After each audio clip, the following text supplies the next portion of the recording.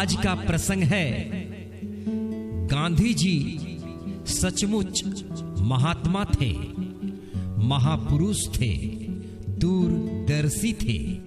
इसीलिए तो इतने अलग अलग सोच वाले, अलग अलग विचार वाले, भिन्न भिन्न प्रवृत्ति के, भिन्न भिन्न जाति एवं भिन्न भिन्न लोगों को लेकर चलने का काम किए। उस समय हमारे समाज में सबसे बड़ा रोग था जाति प्रथा, छुआछूत, भेदभाव, ऊंच नीच।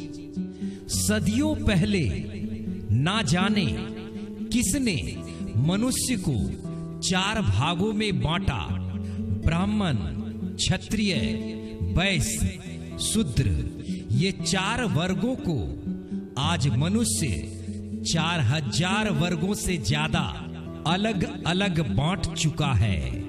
पर ये सभी मानव ही है, मानव जाति ही है। फिर इनमें अलगाव क्यों है, भेदभाव क्यों है, छुआछूत क्यों है, ऊंच नीच क्यों है, मन में दरारें क्यों है? ईश्वर का संतान हर कोई है, तो मन में ऐसी विचार क्यों आता है, क्यों आता है? यही तो समझ नहीं आता है, नहीं आता है, नहीं आता है। प्राचीन काल से ही महिलाओं को और शूद्र जाति को कमजोर, छोटा, असहाय समझा जाता था। जिसने जिसने महिलाओं को और शूद्र को छोटा, असहाय, कमजोर समझा, वो कमजोर भी नहीं रहा और कमजोर समझने वाला वो भी अभी नहीं है। जब मनुष्य मरणशील है तो यहाँ छोटा या बड़ा कौन है? आजादी से पहले एक से एक महापुरुष और एक से एक महान ना जाने अनगिनत थे। उन सबों के कुर्बानी के वजह से, उन सबों के तपस्या के वजह से आज नारी को सम्मान मिल रहा है और शूद्र जातियों को भी सम्मान मिल रहा है।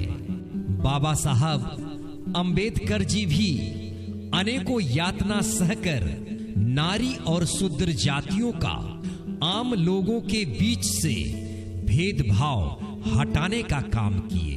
महात्मा गांधी जी ने शूद्र जातियों को हरिजन क्यों कहा? क्योंकि हरि को जानने वाला, हरि को पहचानने वाला, हरि के करीब रहने वाला, हरि से सदैव जुड़े रहने वाला हरिजन ही होता है। और अबला नारी के अंदर ही देवी वास करती है, इसीलिए नारी महान कहलाती है। याद रखें, ईश्वर सदैव कमजोर के पास ही रहता है, इसलिए कमजोर सबसे ज्यादा कष्ट सहन कर सकता है और सदियों से आज तक कष्ट सहन करते चला आ रहा है। ये कष्ट सहन करने की ताकत सबल में कभी नहीं हो सकता है। इसीलिए महात्मा गांधी जी ने हरिजन नाम दिए, क्योंकि ये हरि के करीबी होते हैं। नारी को अबला कहते हैं, पर ये नारी देवी शक्ति है। हम कहां से कहां आगे चले जा रहे हैं। चांद पे जा रहे हैं तो मंगल पे जा रहे हैं। और हिंदू, मुस्लिम, सिख, ईसाई जाति प्रथा, ऊंच नीच, भेदभाव, नारी को कमजोर समझना, ये सभी बातों को अब तक क्यों नहीं भुला पा रहे हैं? अब तक क्यों नहीं भुला पा रहे हैं? ये काल्पनिक कहानी है।